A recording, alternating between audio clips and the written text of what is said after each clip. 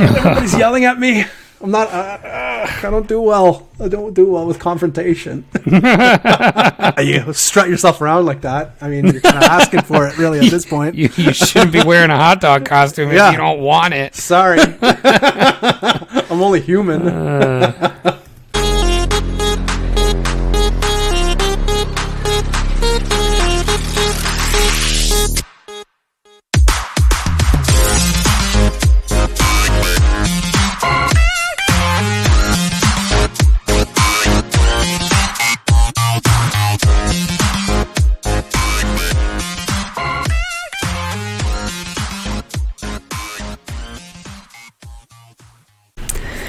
Hello and welcome to REKT Podcast. I am Bunchu alongside my esteemed colleague and co-host Crypto Chamber. Chamber, how you doing, buddy? Doing pretty good. I just noticed on your intro, I think it was one of the first times I noticed a slight New Jersey accent to your voice. Oh, this is the first time I've noticed that. Wow, what was it? What did I say? It was like I can't do it. I'm not great with accents, but it was like the hello and welcome to like REKT Podcast. There was a twang, a New Jersey twang in your voice. Hey, fuck you! Thanks for listening to fucking REKT Podcast, you cocksuckers. Hey, thanks for joining the fucking show. Walk your dog, go to the mall, and drink some coffee. Listen to REKT Podcast. Stromboli, spaghetti. Stromboli. Now, is Stromboli just pizza? Because that's no. I've only seen Stromboli one place, and to me, it just looked like pizza. Get out of here! Forget about it. Stromboli just pizza. Look at this guy. Hey. What is Stromboli? It's Fugazi. It's Fugazi. It's Fugazi. Right. It's a what is that? A punk band? I'm not familiar with Fugazi. Yeah, I have all their albums. They're very good. Yeah. So I was wondering if do I ever sound Canadian? Do you ever hear it in my voice? No, because I was just doing a Canadian accent before the show. First of all, your Canadian accent is a blend of a Minnesota accent and a Chicago accent. Yes, well, it's because I know the Chicago accent very well because I used to live in Chicago. So that I just go with that, northern Midwest accent. Yeah, that is a good one. But I even noticed, like, I've been to Minnesota a couple times, and I'm like, ooh. But you say those things, Minnesota. You just said Minnesota. I say it because it's fun to say Minnesota in a certain way. Yeah, but a lot of your O's are like that. Are they? Yeah. All right. Because I think I just speak like a regular. And every once in a while you drop an A in there. I do drop a lot of A's. That I know. But it's like little things. I might say like a bag of milk or. I noticed it when we're talking about school. Like you'll say like the 8th grade or like the 5th grade. I'll say grade 5 or grade 8. So little things like that I find interesting. Anyways, that's all I have. Who won your election? Is the country still there? Yeah, actually, in my opinion, a crazy turn of events. Nothing changed. Everybody was upset at Justin Trudeau, and he lost the popular vote. It sounded like, and I saw some of my Canadian friends tweeting about it. So in Canada, everybody gets their panties in a bunch if they don't live in Ontario, where I live, the center of Canada. The real Canada is Ontario, and then everything else is just kind of like, your Moose version country. Your version of Hawaii, like kind of part of the U.S. You know what I mean? But no, so like literally, but colder, so really like Alaska. More like Alaska, yeah. You get a point there. But like literally every other province in Canada voted a different party, either like a conservative party or the New Democratic Party, and the Liberals, which is Trudeau's party, because they won in Quebec and Ontario. Basically, that's all they needed to do. It's like an electoral college type thing. Well, see, the electoral college, I believe, gives the smaller states a bit more power. So you got places like, I think Wisconsin's pretty big, like not in population, but as far as electoral college seats. Sure. So I think if we were to have that in Canada, it would have swung, I think, in the conservative direction. Interesting. But because now everyone's like, sorry.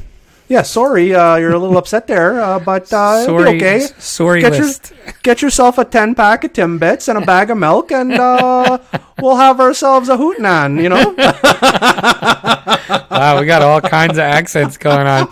Before we get any further, though, we do have to talk about our friends over at Divvy. So you might have heard them on our episode, was it last week or 2 weeks ago now? Last week. Last week with Chamber talking about Divvy. They are sponsoring this episode. And Divvy is taking on the $700 billion remittances industry with its recent acquisition and rebranding of the fintech organization ReDivvy. This acquisition allows them to provide financial services including bank account numbers, fiat on and off ramps, and crypto-based debit cards to people in 200 countries worldwide. Sign up to be the first in line for the debit card and smart wallet at wallet.divvyproject.org. That sounds pretty cool, actually. It is pretty cool. I think some of the coolest parts about it, they have this one-of-a-kind one-click masternode. We talked about it the other day with Nick. It's literally the easiest. Like, I mean, you know me, I'm not a very technical guy. I did happen to scrounge up enough Divvy to get one of these little masternodes. I have one as well. We went and got ourselves a little Play masternode here. Yeah, it was very easy to install. I was asking Nick the other day when he was on the show, because when I started it up, I hadn't spoken to him yet, and I wasn't sure if I had to keep my computer on the whole time or what I could do. No, it's like it's like running the cloud, which is exactly cool. It. And what Nick said is, because it's in the cloud, your keys aren't in the cloud; they're just running it in the cloud, and so you have control of your keys the entire time. So you can literally shut off your computer or your laptop, and it's still collecting away. So, like, what I'm going to do is kind of check it maybe once every week or once every couple of weeks, and see what I've picked up. But it's really, really cool. Very simple to use. This is actually my first ever masternode. So yeah, me too. I mean, I don't know how difficult it is. I assume it's probably pretty difficult to set up a more standard masternode. But I mean, that's definitely above my technical skill level. Yeah, and the other thing that's cool is they are helping the unbanked and underbanked population of the world with SMS-based wallets. So, I saw them talking about this the other day. Basically, wallets on your smartphone, which is pretty cool. Even if you don't have a smartphone, you can take control of your finances with what they call a Divvy SMS system, and it's being pilot tested in a couple countries now, which is pretty cool. Yeah, well, they're very big in Costa Rica right now. They're actually putting some kids through school using their one-click coffee initiative. So with every purchase made at divvy.coffee, any divvy that's spent there goes towards materials, school supplies that would otherwise be inaccessible for students in Costa Rica. That's so pretty cool. They're doing some pretty cool stuff, because I noticed, because what I'll do is I'll check the cash tag for certain coins and tokens, and to kind of see what the feedback is on Twitter and stuff like that. And I noticed a huge Spanish speaking population talking about it. So I did a little bit more investigating. That's where the Costa Rica thing came into play. Awesome. Check them out, divvyproject.org, which is pretty cool. And with that, we will get into some news.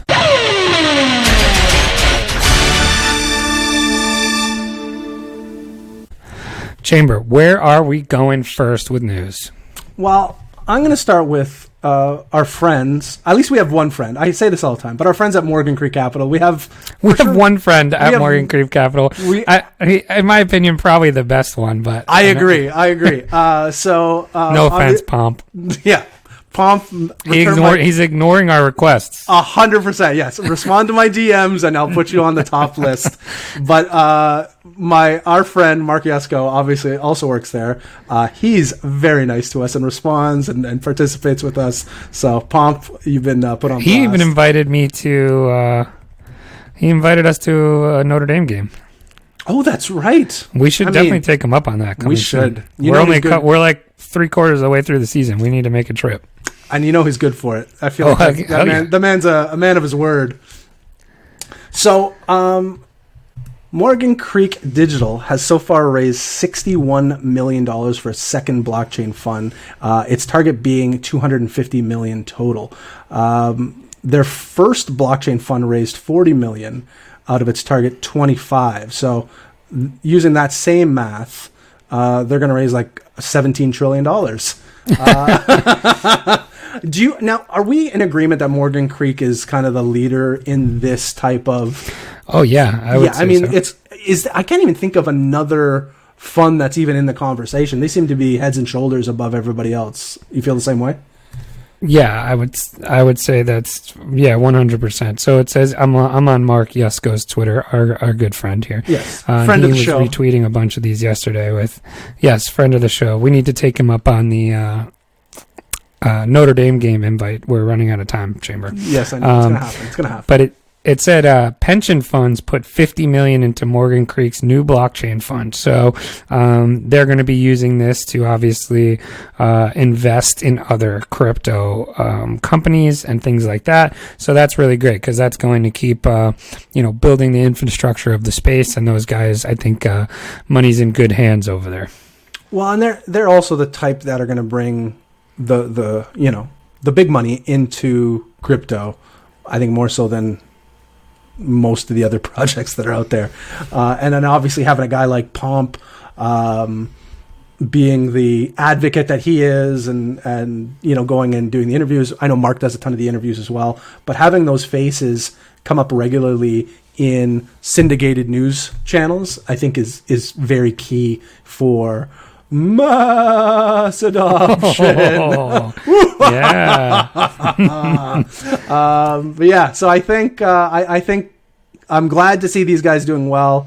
Again, just knowing Mark, the little bit that we do, seems just like a great guy. So always love seeing good people producing well in the space. So good for them. Yeah, for sure. All right. So moving on here, the thing that I've been loving to talk about lately, it seems like I talk about it every damn show, is Libra. TheBlockCrypto.com. This is by Celia Wan. Zuckerberg, Facebook would leave Libra if U.S. regulators don't approve the project. So Zuckerberg was testifying this morning before the U.S. House Committee to address the lawmaker concerns around how the social network's planned crypto Libra would impact U.S. financial services and housing sectors. So, the big thing here has been Facebook has a tarnished reputation for protecting user privacy, misinformation, and then, several members of Congress have questioned Facebook's involvement in the Libra project, and because of that, so they're worried about privacy and of course, how it would be used and all of that. And Zuckerberg responded today and said, this is a quote, I feel like if I feel like Facebook can't be a part of it, then Facebook won't be a part of it, suggesting that Facebook may consider quitting the Libra Association if the project does not receive approval from all relevant U.S. regulators. However, Zuckerberg also said that the Libra Association, an independent organization that leads the blockchain initiative, can still move forward with the project without Facebook. So, I'm confused because I always thought Libra was the Facebook coin. You know what I mean? Wasn't it secretly called Facebook coin for a while, internally? I'm not sure if that is true or not, but I know it was being... would Zuck also be a part of the project even if Facebook backed out? Well, that would be the question, right? Is he still even a part of it if Facebook backs out? You know what I mean? I mean, knowing robots the way I do, he used words to try and hide some truths. And it sounds like he's saying, Facebook won't be involved. Right. But Mark Zuckerberg will be involved. Yeah. Do you know what I mean? Yeah. And I don't know if you can separate the two. So he also stressed here, he says that Libra is not trying to build a currency, but rather a payments system, although the team has not, quote, locked down how this is going to work. It's possible that Libra will be pegged to one fiat currency rather than a basket of currencies, said Zuckerberg. So originally reported that they were going to be tied to a basket of currencies and bonds and all that stuff. Yep. Zuckerberg said prior to the hearing, Facebook will not be part of the launch if the Libra system anywhere in the world unless it won't be part of the launch anywhere in the world if they're not up to US regulators standards. So we could even be seeing Facebook back out of Libra, which in my opinion, if that happens, it's never happening. Well, right? yeah, exactly. So I don't know. We'll see. That is interesting. So it actually takes me to my next news story. And I've been saying this for a very long time. I don't understand why Facebook just doesn't offer even if it was just Bitcoin as an option and take a fee cut on any transactions done within the platform. Like I'm not a web dev by any stretch of the imagination, but I have to imagine, I mean, you know this, I don't have to explain it to you, but I have to imagine there's a way to incorporate Bitcoin transactions within Facebook and have a fee charged for every transaction that Facebook could keep. You know what I mean? Like I understand they're in the business of making money, but they could bring Bitcoin into the fold and still profit off of it, because our friends over at Coinbase have generated close to $2 billion in transaction fee revenue since 2012. $2 billion. Wow, $2 billion? Billion, yeah. Holy cow. Now, we all know, Coinbase fees are a little high. And very high. Yeah. We could there's nothing stopping from Facebook doing the same freaking thing. Cash App. You know what I mean? App. Is Cash App expensive or not? No, they're better, way better. Okay. But I'm assuming there's still a fee though, right? Minimal compared to enough to generate revenue is what I'm saying. Yes, but not nearly as much to feel like you're being highway robbed. I would have to imagine there's probably more Facebook users than Cash App users. Cash App. Are you a big fan? Cash App sponsored the show. No, but they should. I've never used it. We can't use it here in Canada, so I've never used Cash App myself. Oh. So I'll go on with this article here. Out of this new segment brought to you by Cash App. At a Vanity Fair summit in Los Angeles today, Coinbase CEO Brian Armstrong, Handsome Devil, confirmed that the exchange has been profitable. Confirmed Handsome Devil? I just confirmed it. He has the same haircut I do. He confirmed that Coinbase has been profitable since 2017. Armstrong also noted that since launching in 2012, I didn't realize that they've been around that long, Coinbase has generated nearly $2 billion in transaction fee revenue. This is, quote, most of these profits were plowing back into the business to create new products, Armstrong said on stage at the summit. Quote, I sort of think of us as an anti-unicorn unicorn. ... What? I have no idea what that means.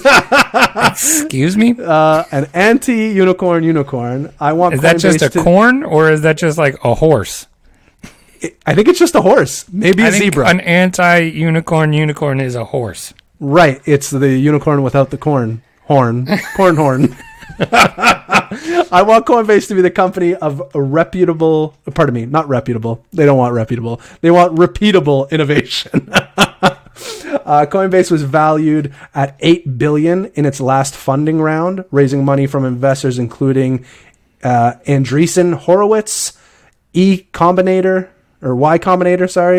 and Polychain Capital. So yeah, I don't know. Am I crazy to think that Facebook could do something like that and just take advantage of transaction fees? No, I don't think so. Right? I feel like that's in the realm of possibility. I just don't understand why they have to create their own token. Just let's help push Bitcoin forward. Facebook would be a good highway to do that on, and they could still make money. So, anyways, good for Coinbase for making money in this bear market. Oh man! And then the last thing we want to touch on here is obviously the market, the price of Bitcoin. How are you feeling today? I was at maximum capacity for my regular job all day today, and I had about a 5-minute break where I could check my phone, and I checked my Delta app, and I usually check my alts, and then I happened to check Bitcoin as well. I'm like, it was down 9% at one point today. I'm like, are you kidding me? Yeah. What's happening? So it was at 8,000-ish this morning, 8,100 somewhere, to a low of 7,450. Buh. Yeah. So it's been pretty rough out there for a pimp, you know? Well, unless you're getting paid in Bitcoin, it's a good time to get paid in Bitcoin now. I guess, but if you've been getting paid in Bitcoin, it wrecked your day. So I think there was also some sort of record liquations on BitMEX. Really? Too. So was there any? Oh my God! Between 840. Oh my God! This chart. So this is a chart from REKT. Is a data analysis, and it looks at the derivative exchange BitMEX and saw over $205 million worth of XBT perpetual swap contracts liquidated. Whoa. Yes. As in automatically closed, as in see you later, bye-bye, Arthur Hayes has all your fucking money. He's getting extra teeth. Yeah. Wow, extra teeth. Yeah, he just keeps buying extra teeth with all your money, people. So here you go. This is just a great chart that they're showing here. At 8:08 a.m., $4.2 million was liquidated. At 8:10 a.m., $2.9 million was liquidated. Wow, what a reprieve from then to 8:41, where $49.9 million was liquidated, followed by another $55.8 million liquidated at 8:42. And then, wow, you got a real break again from 8:43, only 4.6, but at 8:44, another $35.5 million was liquidated. Smokes. So literally over the course of 7 minutes here, you saw about $150 million worth of liquidations in 8 minutes. Holy fuck. I can just see Arthur Hayes smiling. That's all I can picture in my head right now. Dude, it's insanity. That is something special. Wow. So I guess you were short. I hope you were short. Yeah. I guess moral of the story is be safe out there. Yeah. I don't know what to tell you. I don't know. I mean, I don't even know what to say at this point. Like, stop longing the corn. I don't know. I think that's what they say. I think that's what the kids say. Yeah, it says never short or never long the Ponzi. That's right. Right. I think that's what it is. But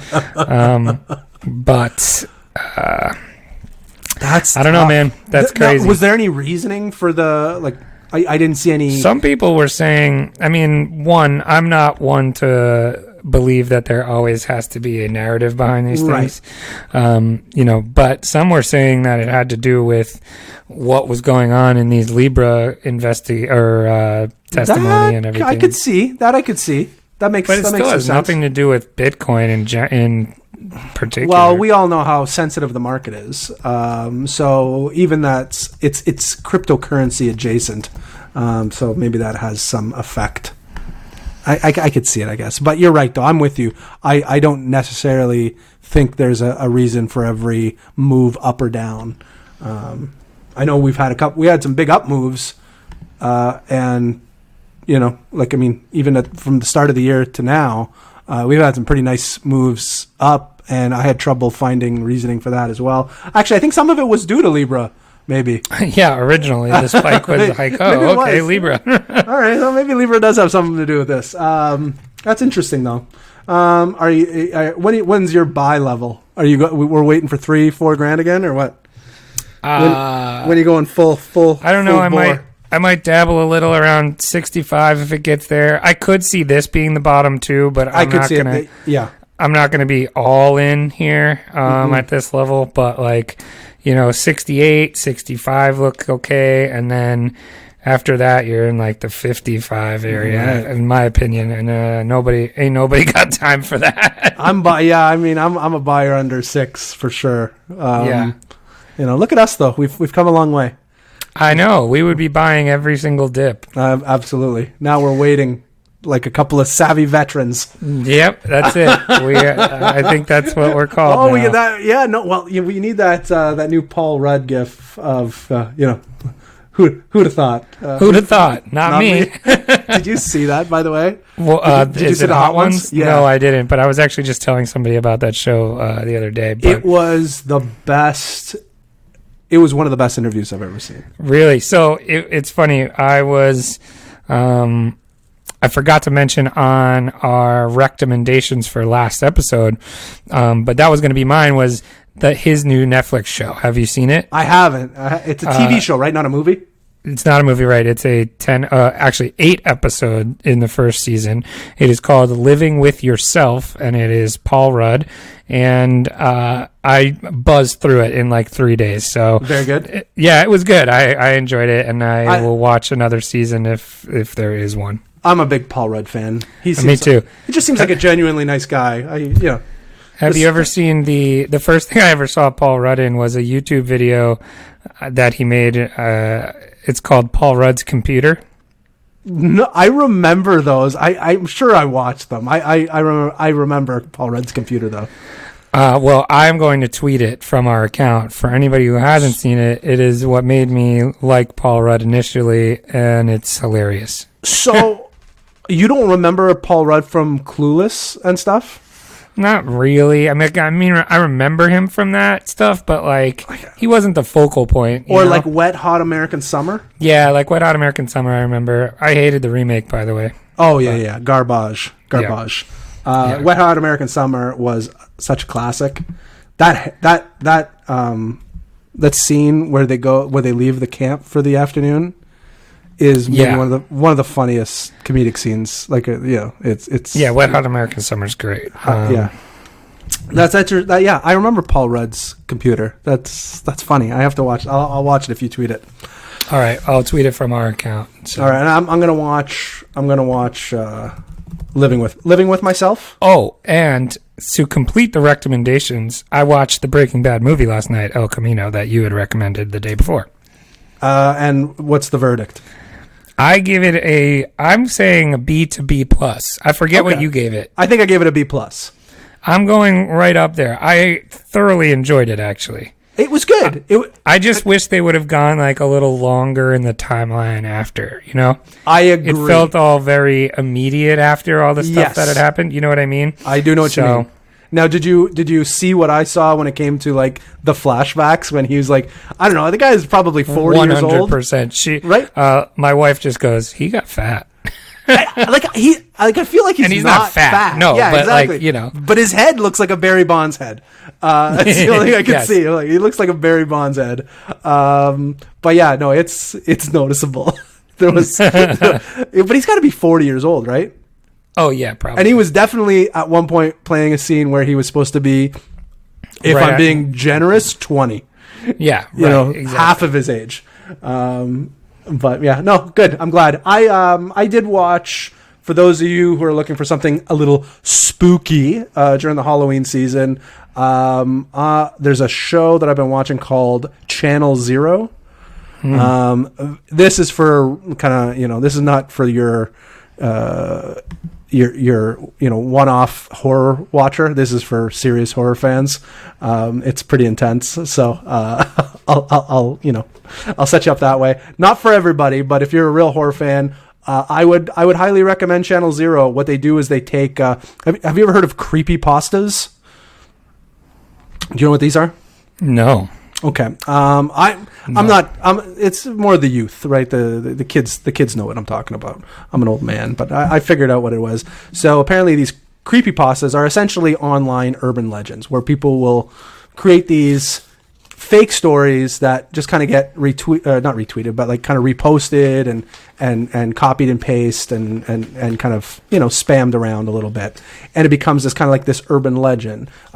Slender Man was a creepypasta. If you're familiar with Slender Man, like it's not a real story. It's somebody created this story and it kind of developed into this whole thing. So would this count as like? Do you remember that thing that they were saying was on all the kids' YouTube videos? Momo. Yeah, I don't know the Momo thing too much, but yeah, that's what it sounds like. Because I'm pretty sure Momo was fabricated and it's fake. Yeah, I think so too. So it would be something like that. So they would take, for example, they'll take the Momo story, which is a 5-minute news article, really, and they'll develop it into a season of a television show. So they take these different creepypastas, and then they'll develop the first season's my favorite one. I just watched the 4th season, which was probably the second best one, but the first one's very good. If you're familiar with the Crystal Cove creepypasta, it's very good. It's about like these kids that would see this like creepy. Remember back in the 80s, like weird kids TV shows were like kind of creepy. You know what I mean? Like in general. Yeah. So it's kind of taking that theme and creating this even creepier kids TV show that these kids used to watch in the late 80s, early 90s. And then it turns out that, the parents are like, yeah, you guys are just sit in front of this blank TV and, pretend it was cute. And they're like, no, that was a real show. And it was good. So, I won't give up too much more, but I highly recommend if you're a true horror fan, don't mind a little bit of gore, some real good scares. Channel 0 is my recommendation. Very interesting. I will.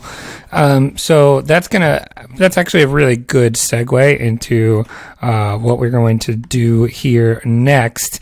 But before we get there, I want to ask you if you've heard of this. So I saw something on Facebook today that the headline was like this haunted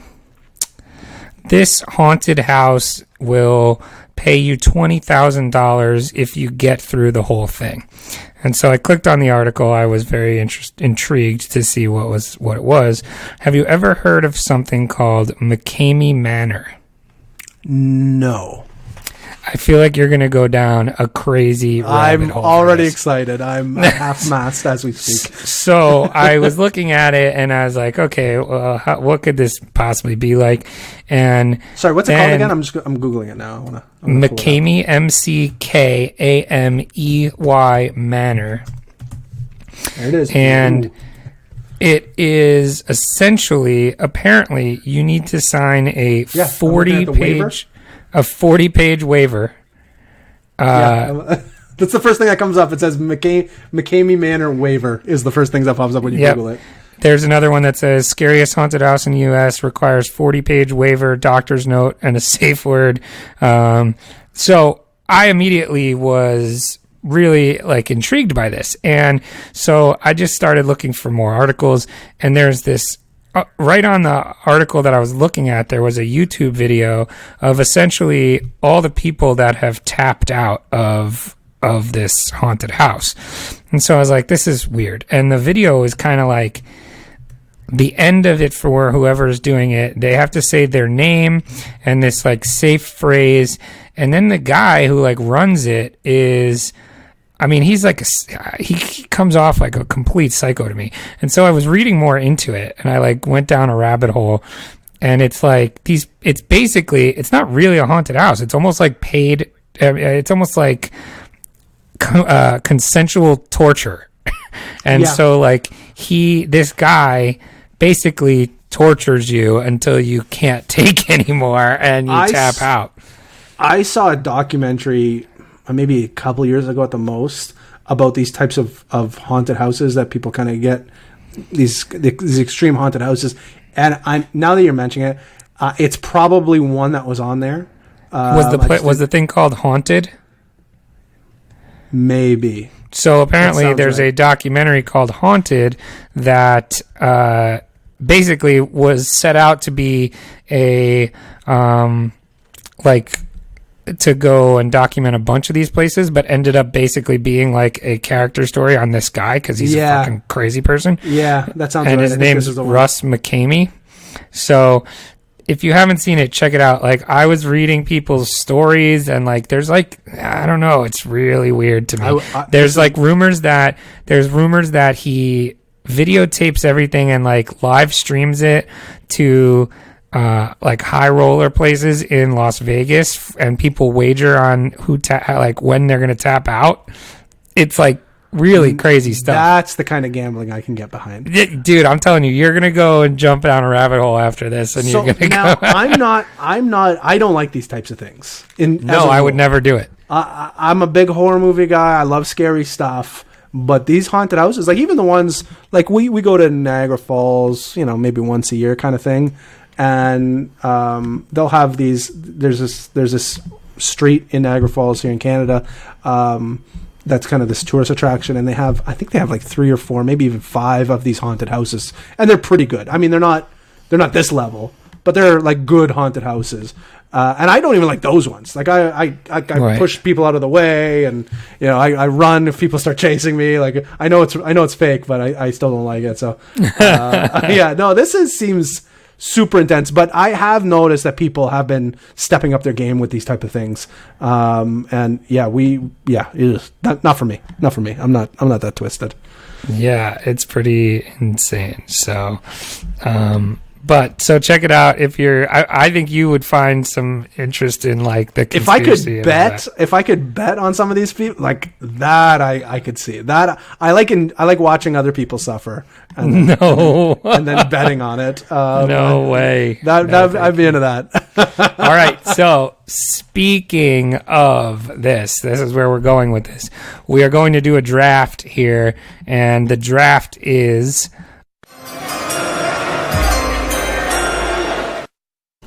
biggest fears. So we're going spooky here because apparently part of this thing is the guy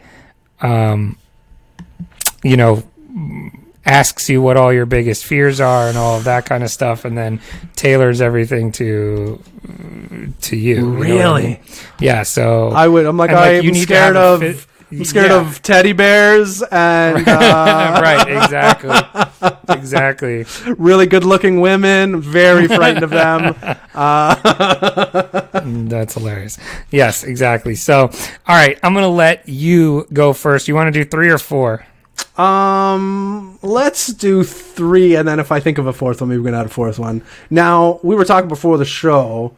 Do we want to do our own fears and see who has the best fears, or are we gonna pander to the crowd and just pick the worst? Well, fears? I have a feeling mine probably won't be far off from. Right. I feel mine same. aren't either. I think we should go with our own fears and see who has the more, you know what I mean, the more standard fears, I guess. Okay. What do you think? You want to do that? Yeah, I'm down. Because I want to talk about some of my actual fears. Okay. So, you're gonna go first? I'll go first. Okay. Yep. I'm extremely terrified by the thought of aliens and alien abductions. That as a child, I used to be. What? You do not sound like a person that would be afraid of that. Out of everything, out of like the Bigfoot stuff and all the horror movies I watch, I was never scared of Freddy. I was never scared of Jason. Do you remember the movie Fire in the Sky? It came out in the 90s, and it was based on a true story, and it was about an alien abduction that happened in a West Coast somewhere in North America, and it was like based on a true story. And the guy took lie detector tests, and like it's fucking scary. And the people that are listening now that know the movie know exactly what I'm talking about. It is terrifying. I watched that at a pretty young age. Maybe I was like 8 or 9. And that combined with not Unexplained Mysteries. What was the one with Robert Stack? Unsolved Mysteries. That theme song, Unsolved Mysteries, there was sometimes aliens on that. But the idea of like aliens kind of just popping up, like the typical like abduction is like you look and then there's like all of a sudden there's aliens in your bedroom, and and next thing you know you're in a spaceship, and then next thing you know you're back in your room, your butt hurts and your PJs are on inside out. That's your biggest fear. Yeah, that is my biggest fear is aliens. Yeah, the butt stuff's fine. I don't mind. It's really the unknown. Just don't come into my house without knocking, essentially. But yeah, alien abduction would be my greatest fear. Interesting. That so I'm going with one that's far more common. So you have what? Alien abduction is what I'm saying? Alien abduction. We'll give it a couple of. When we have Pomp on, he's gonna rip you a new one.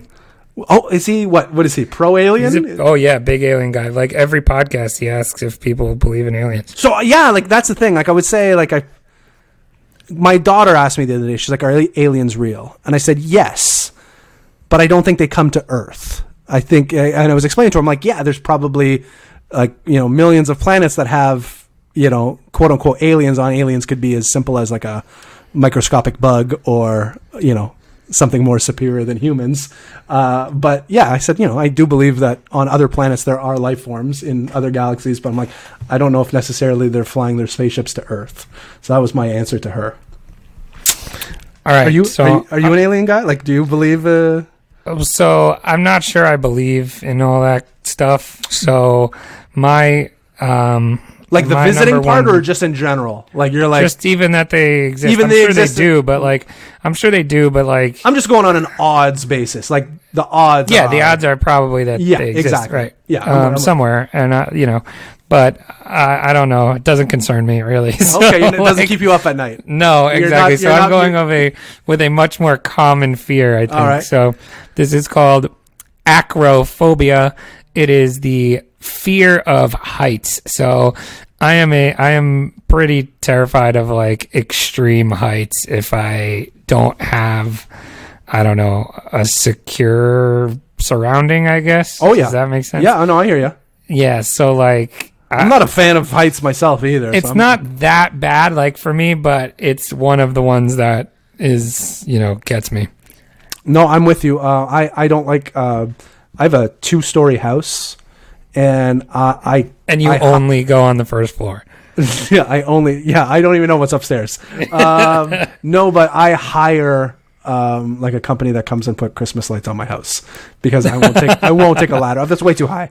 It's 2 stories is way too high. I don't want to slip and fall. Like, I'm very scared. I don't like heights myself. All right, we got aliens and heights. My second one, it's probably spiders. Wow. Okay. Yeah, like pretty, like even, I would say if a spider is bigger than like a inch in like diameter, is it diameter? I don't know if I'm getting these measurements correct, but like, if it's bigger than a quarter, essentially, I'm usually paralyzed with fear. I have trouble attacking them, and I feel they move too fast, and anything greater than a quarter in size, get out of here. Interesting. So, what am I going with here? So, you ever watch the Arachnophobia series? I have never watched Arachnophobia. Maybe because I have it. I'm not sure. No, I don't think I have.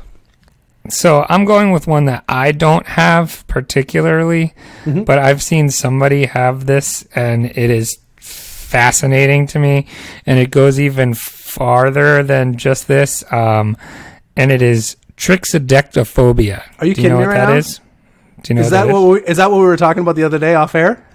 No, that's not. That's something else. But I wasn't gonna go there. You're triggering me, man. No, I didn't do it. This is the fear of the number 13. Okay.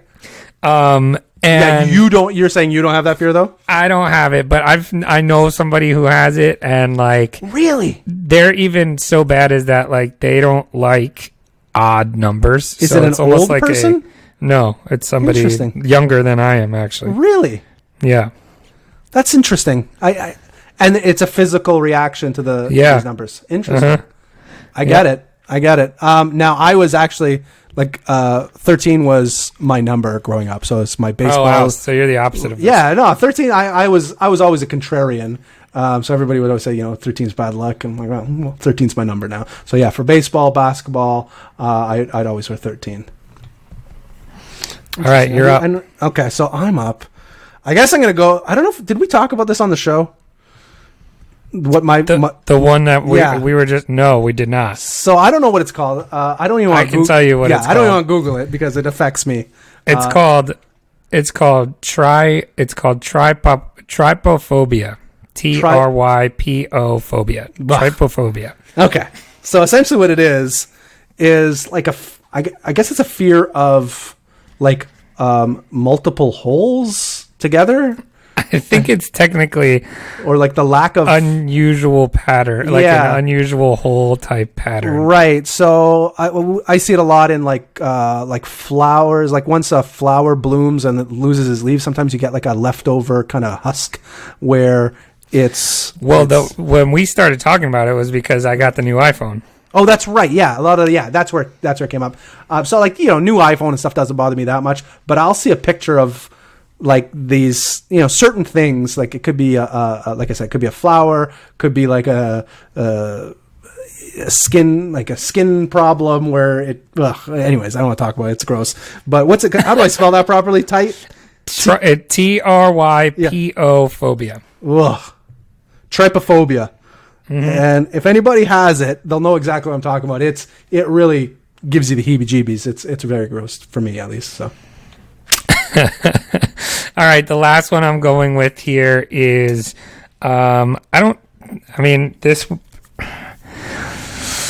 going with like,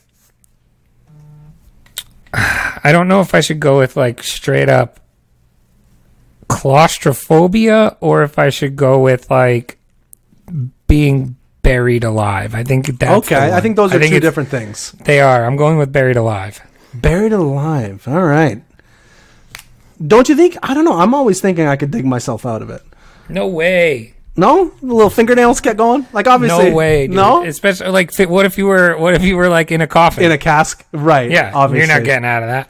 But what if it was just straight dirt? Just straight dirt. I don't think. Well, but like you may not ever be like.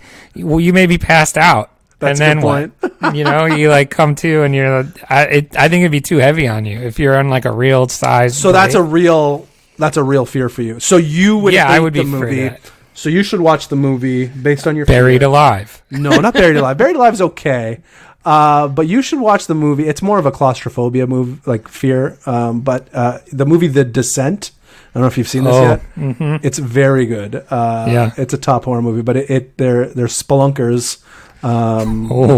Yeah, and they get into these caves, they get stuck. It's a whole thing, and there's a twist to it too. So it's very good for the people that have seen it. They know what I'm talking about. Sounds hot. That's gonna do it for us. You have aliens, spiders, and trypophobia, and I have heights, trichodecaphobia, which is the fear of 13 and numbers, and buried alive. I like it. There's some good fears. Good fears. Some scary fears. Have you ever, like we were talking before, did you ever have like recurring nightmares as a kid or anything like that? No, but a couple times I've had, and this is even recently, where like I've had like a bad dream. Yeah. And then like you wake up and you're like, all right, dream's over, and you fall back asleep and you're like right where the back dream in the dream. Up. Yeah, I fucking hate that. Really? I hate that. I feel like that hasn't happened to me. I used to have as a kid, I used to have a recurring nightmare, and I'm sure anybody with any technical savvy will be able to mess with me on this one. I had a fear of being chased by the Count from Sesame Street on a bicycle. On a bicycle. He was on a bicycle, and on this bicycle there was a basket on the front, and Elmo was in the basket, and they were both chasing me. And then I'm stuck in I can't run. You're kind of like that quicksandy dream running where you can't really run. And I would have that dream like fairly often as a kid, and it used to terrify me.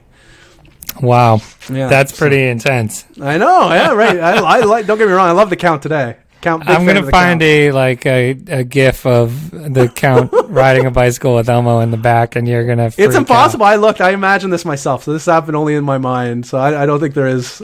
But I bet there is. There's been so many Sesame Street episodes. There's got to be one where someone was like, "Hey, that's a good point." Hey, in this episode. Yeah, the Count terrorizes children on a bicycle with Elmo. Guess what? I just successfully deployed my masternode. Boom. Done. Nice. Look at that. One click. There was. It was one click, and it just went. It was probably done way longer than this while I was talking in the back. But sweet. Sounds good. So, again, check out Divi. Check out Divi. One click masternodes. That's it, right? No, we got to give you rankings on the. Yeah. Okay. We didn't last time, so we should do that real quick. So the candy rankings from last time, I have Chambers here in order, and then I will give you mine.